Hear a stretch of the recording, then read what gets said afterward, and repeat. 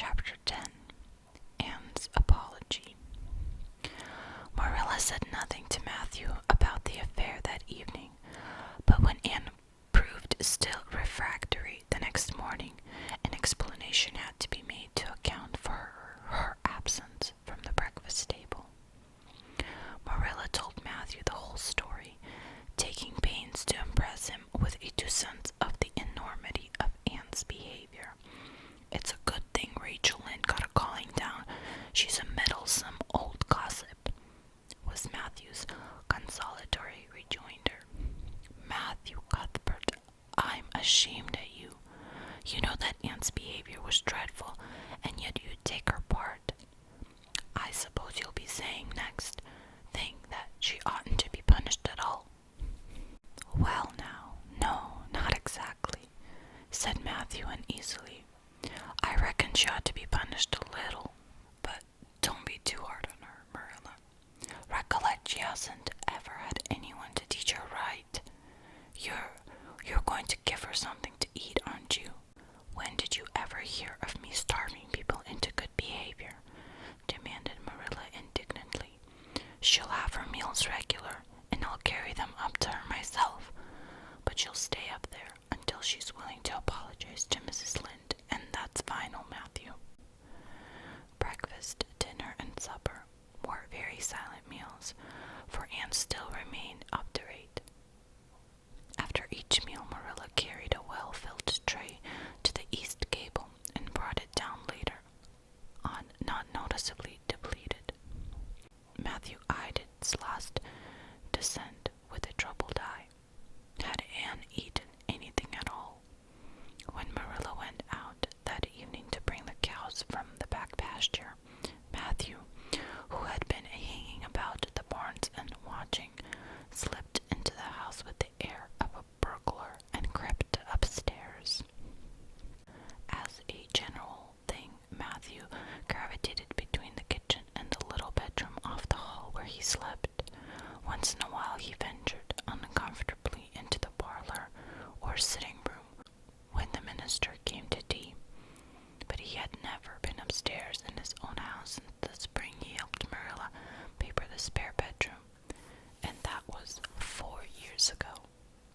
He tiptoed along the hall and stood for several minutes outside the door of the east gable before he summoned courage to tap on it with his fingers and then opened the door to peep in. Anne was sitting on the yellow chair by the window, gazing mournfully out into the garden. Very small and unhappy she looked, and Matthew's heart smote him. He softly closed the door and tiptoed over to her. "Anne," he whispered, as if afraid of being overheard. "How are you making it, Anne?" Anne smiled wanly. "Pretty well, I imagined a good deal, and that helps to pass the time. Of course it's rather lonesome, but then I may as well get used to that." Anne smiled again, bravely facing the long years of solitary imprisonment before her. Matthew recollected that he must say what he had come to say without loss of time, lest Marilla return permanently. "Well now, Anne, don't you think you'd better do it and have it over with?" he whispered. "It'll have to be done sooner or later, you know, for Marilla's dreadful determined woman. Dreadful determined, Anne. Do it right off, I say, and have it over." "Do you mean apologize to Mrs. Lynde?" "Yes, apologize. That's the very word," said Matthew eagerly. "Just smooth it over, so to speak. That's what I was trying to get at." "I suppose I could do it to oblige you," said Anne thoughtfully. "It would be true enough to say I am sorry, because I am sorry now. I wasn't a bit sorry last night. I was mad clear through, and I stayed mad all night. I know I did, because I woke up 3 times and I was just furious every time. But this morning it was over. I wasn't in a temper anymore, and it left a dreadful sort of goneness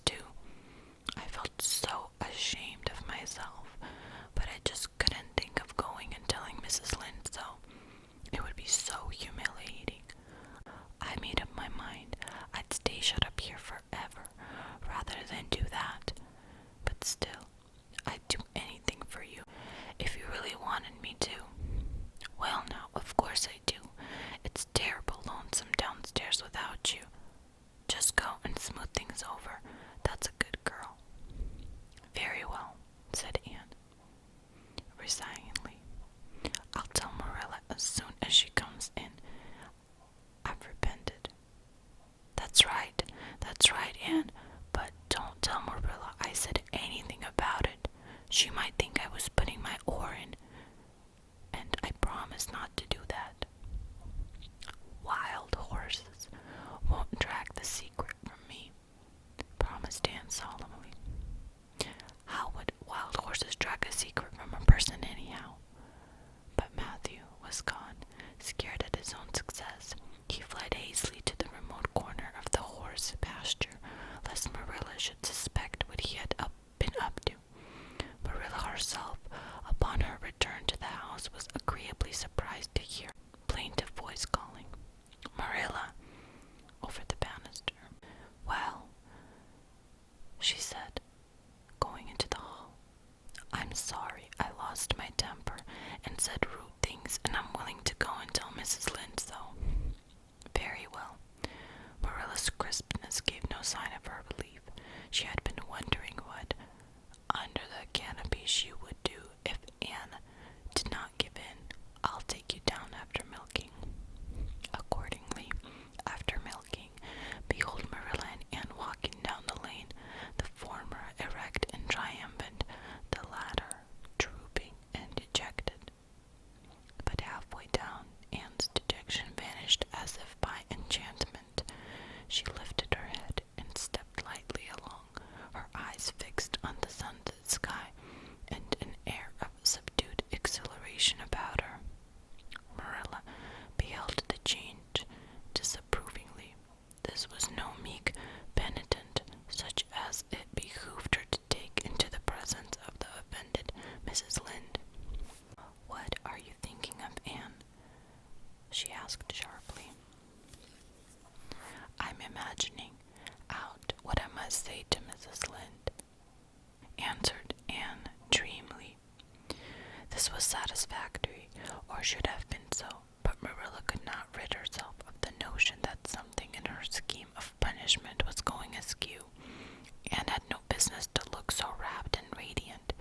Rapt and radiant Anne continued until they were in the very presence of Mrs. Lynde, who was sitting knitting by her kitchen window. When the radiance vanished, mournful penitence appeared on every feature. Before a word was spoken, Anne suddenly went down on her knees before the astonished Mrs. Rachel and held out her hands beseechingly. "Oh, Mrs. Lynde, I'm so extremely sorry," she said with a quiver in her voice. "I could never express all my sorrow.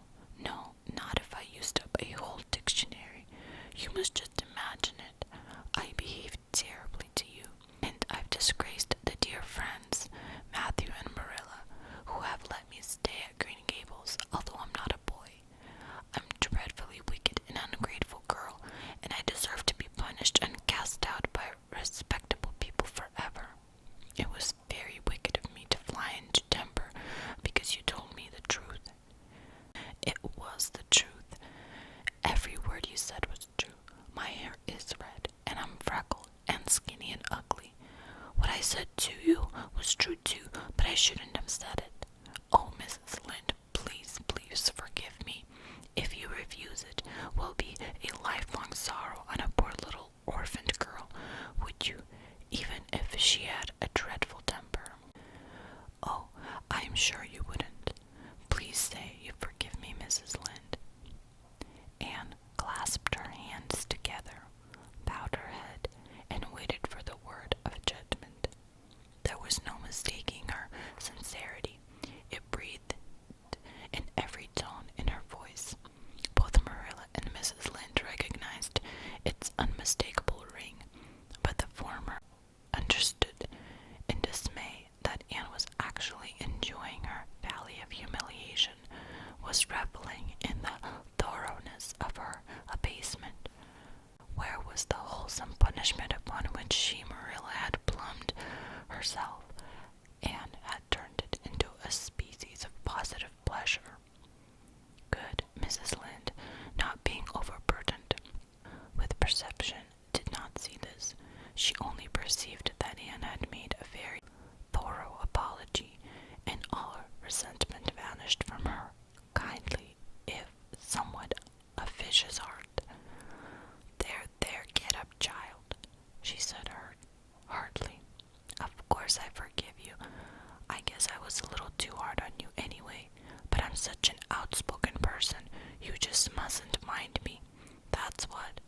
It can't be denied. Your hair is terrible red, but I knew a girl once, went to school with her, in fact, whose hair was every mite as red as yours when she was young.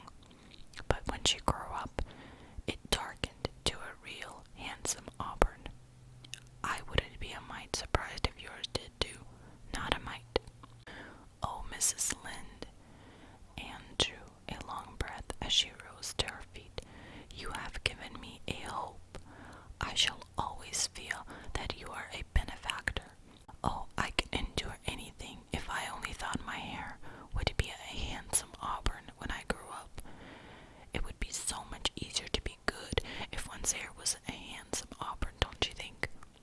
And now, may I go out into your garden and sit on the bench under the apple tree while you and Marilla are talking? There is so much more scope for imagination out there.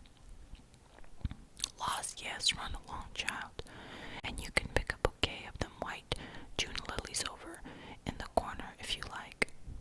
As the door closed behind Anne, Mrs. Lynde got Brisky up to light a lamp.